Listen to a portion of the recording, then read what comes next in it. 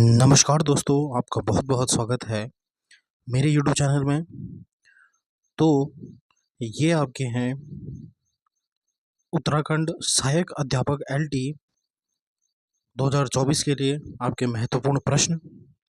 तो अगर आपको ये सेशन पसंद आ रहा है तो आपसे रिक्वेस्ट है कि चैनल को ज़्यादा से ज़्यादा अपने दोस्तों तक पहुँचाएँ, शेयर करें और ऐसे ही लाइक करें वीडियो को। कमेंट ज़रूर करें कि आपके कितने नंबर बने। तो ये है आपका सहायक अध्यापक LT का 2021 का पेपर जो आपका हुआ था 8 अगस्त को। तो चलिए देखते हैं अब इसके प्रश्न। राष्ट्रीय पाठ्य चर्चा रूपरेखा 2005 को तैयार करने के लिए कितने फोकस ग्रुप बनाए गए थे? जो आपका NCF होता है, राष्ट्रीय पाठ्य चर्चा रूपरेखा, NCF जो है आपका नेशनल करिकुलम फ्रेमवर्क को तैयार करने के लिए कितने फोकस ग्रुप बनाए गए थे आपसे पूछा गया है। 20, 21, 23 या फिर 25। तो इसका सही आंसर हो जाएगा आपका 21 फोकस ग्रुप बनाए गए थे आपका NCF 2005 के लिए। अगला प्रश्न देखते हैं अब हम।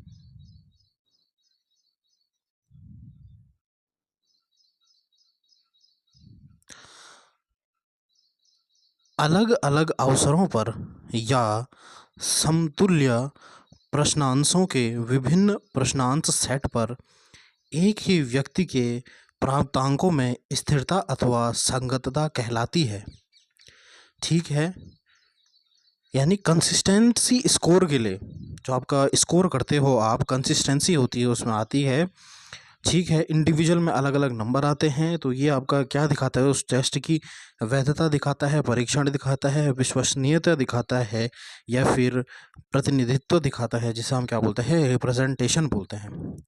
ठीक है, तो आपका जो होता है, जो आपके टेस्ट होते हैं, जो आपका मापन की पद्धति होती है, उसमें आपके टेस्ट किए जाते हैं ताकि आपका टेस्ट जो होता है, कौन सा टेस्ट आपका बढ़िया रहता है, जो कि आपका जिसमें वैधता हो, जो कि आपका विश्वसनीयता हो, रिलायबिलिटी हो। ठीक है, ठीक है। तो यहाँ पे आपका सही आंसर हो जाएगा कि आपसे पूछा गया है कि विभिन्न प्रश्नांक सेट पर एक ही व्यक्ति के प्राप्तांकों में स्थिरता, यानी अलग अलग जो आपके प्रश्न सेट है सब में क्या है, एक स्थिरता आ रही है। तो इस टेस्ट का क्या होगा, ये पूछा गया आपसे। तो ये टेस्ट है आपका रिलायबल है, यानी विश्वसनीयता है। ऑप्शन सी आपका सही आंसर हो जाएगा। अगला प्रश्न देखते हैं अब हम। Adjustment during mental conflict is, यानी मानसिक द्वंद्व की स्थिति में किया गया समायोजन है self adjustment, social adjustment, male adjustment या फिर नन ऑफ द अबव। कि मानसिक द्वंद्व की स्थिति में किया गया समायोजन होता है आपका, ये होता है आपका आपका पहला ऑप्शन आपका सही हो जाएगा, सेल्फ एडजस्टमेंट यानी स्व समायोजन इसे हम कहते हैं। ठीक है,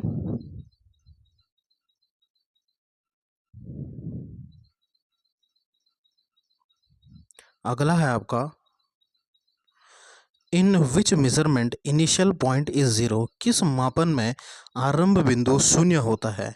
निरपेक्ष मापन, मानकीय मापन, स्वमानक मापन या फिर उपरोक्त में से कोई नहीं। तो इसका सही उत्तर हो जाएगा आपका निरपेक्ष मापन। ए ऑप्शन आपका सही आंसर हो जाएगा।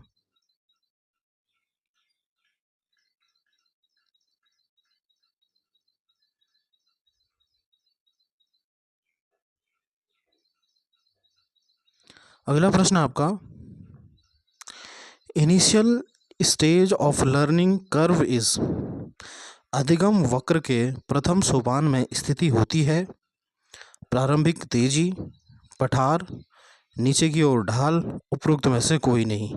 यानी जब आप जो आपका इनिशियल लर्निंग स्टेज होता है, तो जैसे आप तैयारी करते हो तो सबसे पहले क्या होता है आपका कि आप क्या है, तेज़ी से गति से आगे बढ़ते हो, फिर आप थोड़ा स्थिर होते हैं, फिर कभी आप डाउन फॉल करते हो, कभी आप ऊपर चलते हैं। तो इस तरह का आपका कर्व चलता है। लेकिन प्रारंभिक में आप क्या है, बढ़ते हो, आगे बढ़ते हो। यानी उसका सही आंसर क्या हो जाएगा? प्रारंभिक तेजी। ठीक है, क्योंकि आप जब कोई भी नया कार्य शुरू करते हो तो क्या है, उसे क्या है, तेज गति से करते हो। तो ए ऑप्शन आपका सही आंसर हो जाएगा यहाँ पे।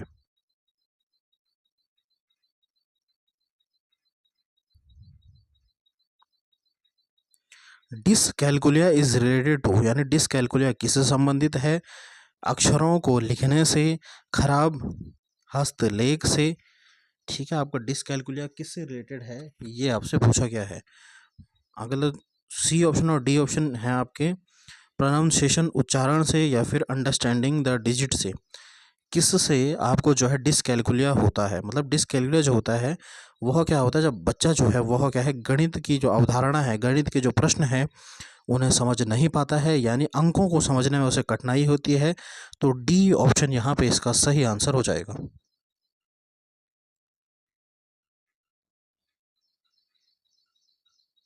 अगला प्रश्न है, psychologist Freud considered what's man with in man. मनोवैज्ञानिक सिगमंड जो आपके फ्राइड थे, मनुष्य के भीतर मनुष्य किसे मानता है? इद, ईगो, सुपर ईगो, या फिर कोई नहीं। तो ये तीन आपके बताए थे सिगमंड फ्राइड, जो जिन्होंने आपकी कौन सी थ्योरी दी थी? साइको सेक्सुअल थ्योरी आपकी जो है मनोवैज्ञानिक सिगमंड फ्राइड ने दी थी। उन्होंने बताए थे कि आपके जो होता है मनुष्य के भीतर जो होता है वह संरचना जो होती है वो तीन भागों में बांटी जाती है, जिसे इद, ईगो और सुपर ईगो कहा जाता है। ठीक है, ईद जो होता है वह क्या होता है, नेगेटिव होता है। ठीक है, और अहम जो होता है वो वास्तविक जीवन से रिलेटेड होता है। ठीक है, और जो आपका नैतिकता से जुड़ा हो वह आपका सुपर ईगो होता है। तो यहाँ पे पूछ रहा है कि फ्राइड मनुष्य के भीतर मनुष्य किसे मानता है? तो मनुष्य के भीतर जो होता है वह मनुष्य जो होता है, यानी इस में मनुष्य जो है वास्तविक समझौता करता है। तो इसका सही आंसर हो जाएगा आपका ईगो। उसे हम क्या बोलते हैं? आपके ईगो, अहम।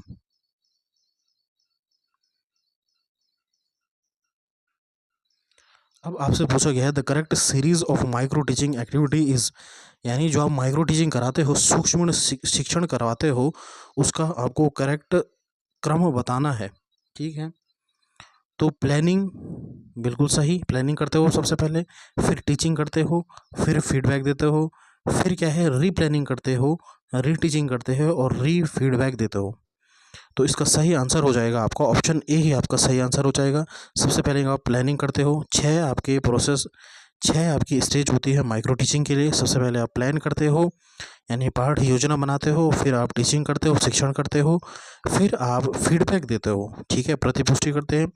फिर उसके बाद जहाँ पे भी अगर आपका खराब प्रदर्शन रहा माइक्रो टीचिंग में, फिर आप क्या है, आपको फिर से लेसन प्लान बनाने के लिए बोला जाता है, यानी रीप्लान करते हो, यानी पुनर्पाठ योजना करते हो, फिर टीचिंग करते हो, रीटीचिंग करते हो, फिर री फीडबैक आपको मिलता है। तो इसका आपका जो हो जाएगा पहला हो जाएगा। और माइक्रो टीचिंग का जो आपका प्रतिपादक थे इसके, वो थे आपके ड्वाइट एलन। ये भी आपको याद में रखना है, DWIGHT, ड्वाइट एलन उनका नाम था, जिन्होंने आपका सूक्ष्म शिक्षण पद्धति बनाई थी।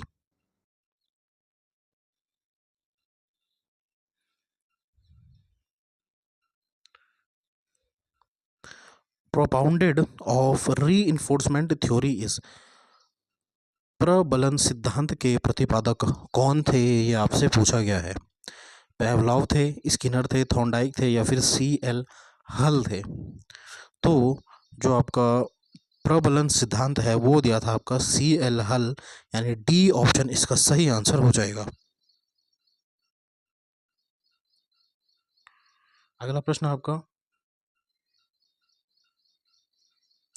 Who gives the equation achievement is equal to ability plus motivation, यानी निष्पत्ति योग्यता प्लस अभिप्रेरणा का एक मेल होता है। इस समीकरण को किसने दिया था? वुडवर्थ ने, मार्गन ने, मैस्लो ने, या फिर फ्राइड ने? तो फ्राइड तो इससे पहले मैंने आपको बताया साइकोसेक्सुअल थ्योरी है, मैस्लो ने आपका पर्सनैलिटी में दिया था, और मॉर्गन और वुडवर्थ में से इसका सही आंसर हो जाएगा आपका वुडवर्थ, जिन्होंने कहा था कि अचीवमेंट क्या होता है, एबिलिटी और प्लस मोटिवेशन के मेल से आपका बना रहता है। तो ए ऑप्शन आपका सही आंसर हो जाएगा।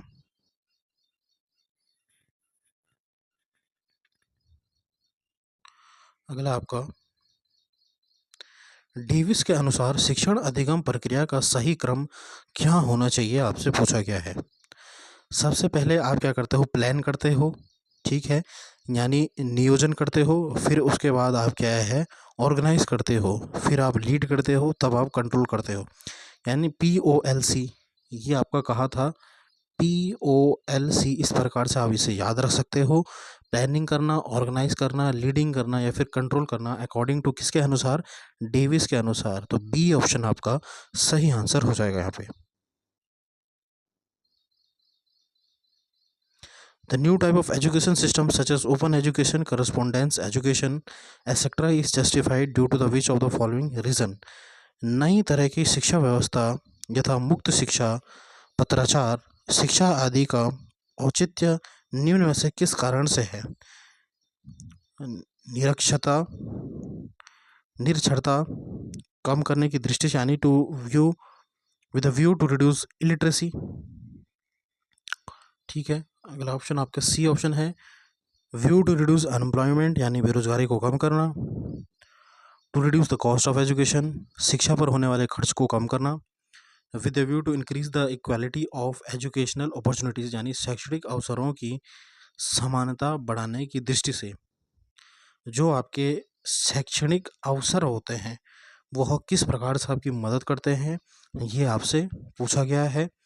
इसका सही आंसर क्या हो जाएगा आपका कि शैक्षणिक अवसरों की समानता बढ़ाने की दृष्टि से डी ऑप्शन आपका सही आंसर हो जाएगा। अगला है, drive is an original source of energy that activates the human organization who says. चालक शक्ति का वह मौलिक स्रोत है जो व्यक्ति को क्रियाशील कर देता है, किसने कहा? डैशल ने, बोरिंग ने, गेट्स ने या फिर फ्रेंसन ने? तो इसका सही आंसर हो जाएगा ए ऑप्शन आपका डेरिसल ने कहा था आपका कि आपका जो प्रेरणा होती है, मोटिवेशन होती है, जो आपको एक्टिवेट करती है, उसके उन्होंने आपके 5 सिद्धांत भी बताए थे आपके। ठीक है,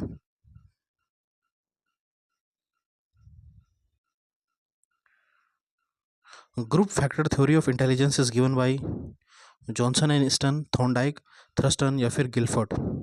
इसका सही आंसर क्या हो जाएगा आपका? बुद्धि का समूह कारक सिद्धांत किसने दिया था? तो इसका सही आंसर हो जाएगा आपका थ्रस्टन ने। सी ऑप्शन आपका सही आंसर हो जाएगा। 1938 में आपका थ्रस्टन ने जो है आपका बहुकारक सिद्धांत दिया था बुद्धि का।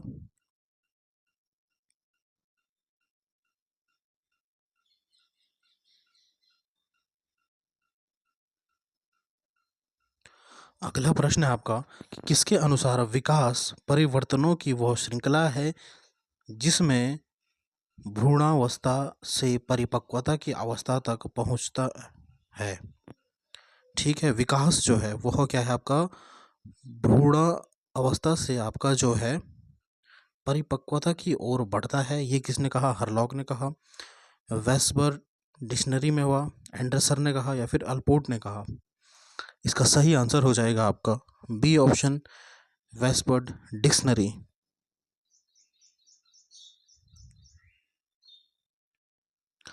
Learning plateau due to psychophysical limitations यानी मनोशारीरिक सीमाओं के कारण बनने वाला अधिगम पठारों को समाप्त किया जा सकता है, समाप्त नहीं किया जा सकता। समाप्त करना कठिन होता है, समाप्त करना सरल होता है। तो इसका हो जाएगा कि डिफ़िकल्ट टू डिस्ट्रॉय यानी कठिन होता है। इसमें से वैसे आपका प्रश्न तो नहीं आएगा, लेकिन फिर भी आपको एक नज़र मारनी है इन प्रश्नों पे। एक दो प्रश्न आपके वैसे रिपीट तो नहीं होंगे क्योंकि आपका सिलेबस चेंज हो चुका है, लेकिन फिर भी आपको ध्यान में रखना है कि किस प्रकार के प्रश्न आपसे पूछे जाते हैं। Action research has the limitation. जो आप एक्शन रिसर्च करवाते हो, आपने बीएड में किया होगा एक्शन रिसर्च, तो क्रियात्मक शोध का सीमांकन होता है वैज्ञानिक ना होना, परिकल्पना का ना होना, सामान्यीकरण ना किया जाना या फिर शोध का अविकल्प ना होना। इसका सही आंसर क्या हो जाएगा कि सामान्यीकरण, उसमें जनरलाइजेशन नहीं होता है, यानी सी ऑप्शन आपका सही आंसर हो जाएगा। ठीक है, ये क्वेश्चन आ सकता है आपका आरटीए से रिलेटेड, क्योंकि आपका जो आपका आरटीई है वह आपके सिलेबस में है कि right to education act 2009 is related to which article of the constitution of India? 21D, 21B, 21C, 21A। जो आपका शिक्षा का अधिकार अधिनियम 2009 है भारतीय संविधान के किस अनुच्छेद से संबंधित है? तो इसका सही आंसर हो जाएगा option D 21A।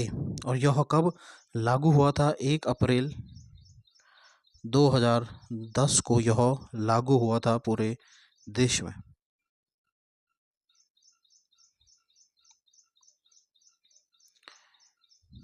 Which intelligence is required to understand and use of words, numbers and formulae? यानी आपसे पूछा गया है शब्दों, अंकों और सूत्रों को समझने के लिए कौन सी बुद्धि आवश्यक है? सामाजिक, अमूर्त, मूर्त या फिर उपरोक्त में से कोई नहीं। ठीक है, बुद्धि का प्रश्न पूछा जा सकता है आपसे कि अंकों को और शब्दों को और सूत्रों को समझने के लिए कौन सी बुद्धि आवश्यक होती है? तो इसका सही आंसर हो जाएगा अमूर्त बुद्धि, यानी बी ऑप्शन आपका सही आंसर हो जाएगा। अगला प्रश्न आपका, in continuous and comprehensive evaluation the term comprehensive evaluation is refers to, यानी सतत एवं व्यापक मूल्यांकन में व्यापक मूल्यांकन शब्दावली का क्या तात्पर्य होता है? आपसे पूछा गया है सभी विषयों का मूल्यांकन करना, शैक्षिक क्षेत्रों का मूल्यांकन करना, शैक्षिक एवं सह शैक्षिक क्षेत्रों का मूल्यांकन करना, या फिर शैक्षिक क्षेत्र का मूल्यांकन करना। तो जो आपका कॉम्प्रिहेंसिव होता है, CCE जो है, कॉन्टिन्यूस एंड कॉम्प्रिहेंसिव में आपका कॉम्प्रिहेंसिव शब्द जो होता है, यानी सतत एवं व्यापक मूल्यांकन में व्यापक मूल्यांकन का अर्थ यह होता है कि हम बच्चे की क्या है, स्कॉलस्टिक और को स्कॉलस्टिक। स्कॉलस्टिक मतलब जो आपके पेपर वगैरह, जो आपके स्कूल से रिलेटेड आपके सब्जेक्ट होते हैं वो भी देखना है, और को स्कॉलस्टिक यानी पढ़ाई से बाहर, यानी खेलकूद वगैरह ऐसी एक्टिविटी भी देखनी है। तो शैक्षणिक एवं सह शैक्षणिक क्षेत्र का मूल्यांकन करता है आपका सी ऑप्शन, यहाँ पे इसका सही आंसर हो जाएगा।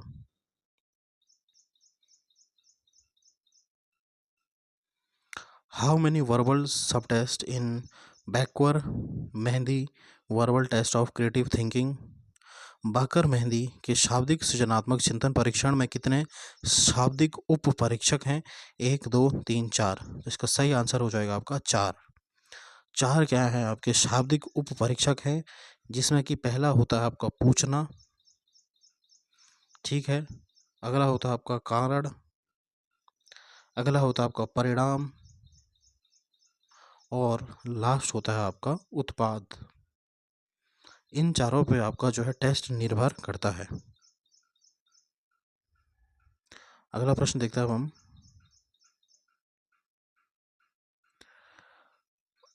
अभिक्रमित अधिगम के शाखीय अभिक्रम का विकास किसके द्वारा किया गया है? Branched programming of instructional learning किसके द्वारा दिया गया है? स्किनर के द्वारा, नॉर्मन ए क्राउडर के द्वारा, गिलबर्ट के द्वारा, या फिर केलर के द्वारा?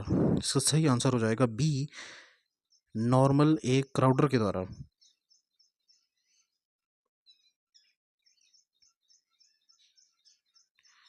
क्रेचमर के अनुसार कौन सा व्यक्तित्व का प्रकार नहीं है?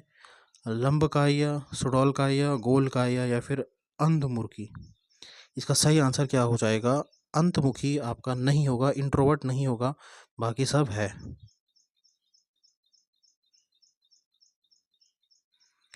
According to Travers attitude means, यानी ट्रेवर्स के अनुसार अभिवृत्ति का अर्थ क्या होता है? ये आपसे पूछा गया है। कैरेक्टरिस्टिक्स ऑफ बिहेवियर, व्यवहार के लक्षण, इस तरह की प्रतिक्रिया देने के लिए तत्परता जिससे व्यवहार को एक निश्चित दिशा दी जाती है, अधिगम की क्षमता, अगला है व्यवहार परिवर्तन। तो इसका सही आंसर हो जाएगा व्यवहार परिवर्तन, डी ऑप्शन में इसका सही आंसर हो जाएगा।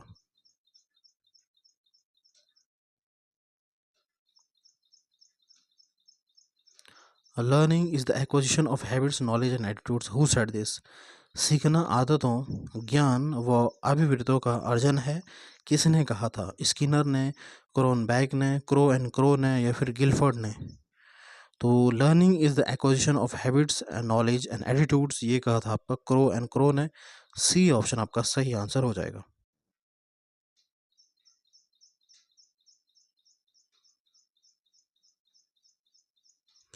Motivation hygiene theory of motivation was developed by, अभिप्रेरणा स्वास्थ्य सिद्धांत विकसित किया गया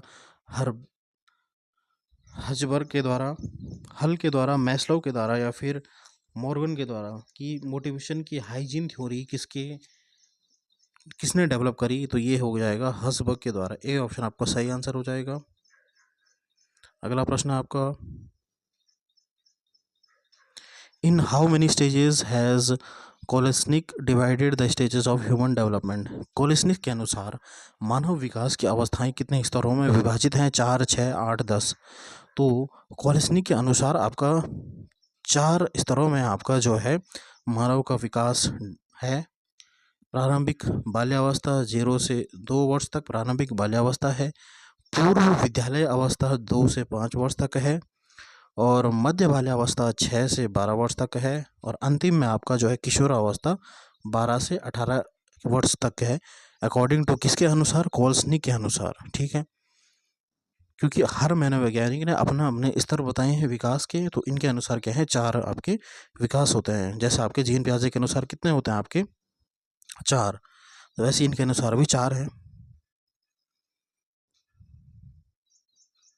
ठीक है, ये है आपका कोलेस्निक के मानव विकास की अवस्थाएं 4 स्तरों में विभाजित है। प्रारंभिक बाल्यावस्था जो कि जन्म से 2 वर्ष तक होती हैं। इस स्तर में शारीरिक विकास तेज होता है, बच्चा भाषा सीखना शुरू करता है। पूर्व विद्यालय अवस्था 2 से 5 वर्ष, मध्य बाल्यावस्था 6 से 12 वर्ष, किशोरावस्था 12 से 18 वर्ष। चलिए अगला प्रश्न देखते हैं, किसके अनुसार समायोजन वह प्रक्रिया है जिसके द्वारा प्राणी अपने आवश्यकताओं और इन आवश्यकताओं की पूर्ति को प्रभावित करने वाली परिस्थिति में संतुलन बनाए रखता है? ठीक है, गेट्स के अनुसार, आइजक के अनुसार, कोलमैन के अनुसार, बोरिंग, लैंगफील्ड एंड विल्ड के अनुसार। इसका सही आंसर हो जाएगा डी। ये क्वेश्चन आपके रिपीट तो नहीं होंगे, लेकिन आपको पता होना चाहिए कि किस प्रकार के आपके प्रश्न पूछे जाते हैं। कुछ प्रश्न आपके इंपॉर्टेंट हैं वैसे, जैसे ये प्रश्न आपका कि attitude of students towards education is affected by, यानी शिक्षा के प्रति छात्रों की अभिवृत्ति प्रभावित होती है हेरिडिटी के द्वारा, इंटेलिजेंस के द्वारा, इंटेलिजेंस एंड इन्वायरमेंट के द्वारा, हेरिडिटी और इन्वायरमेंट के द्वारा। इसका सही आंसर हो जाएगा आपका, ज़्यादातर आपके करेंगे कि हेरिडिटी और इन्वायरमेंट, ये आपका गलत होता है। आपका एटीट्यूड जो होता है उसमें आपका इंटेलिजेंस और इन्वायरमेंट आपका शामिल होता है, यानी सी ऑप्शन आपका सही आंसर हो जाएगा।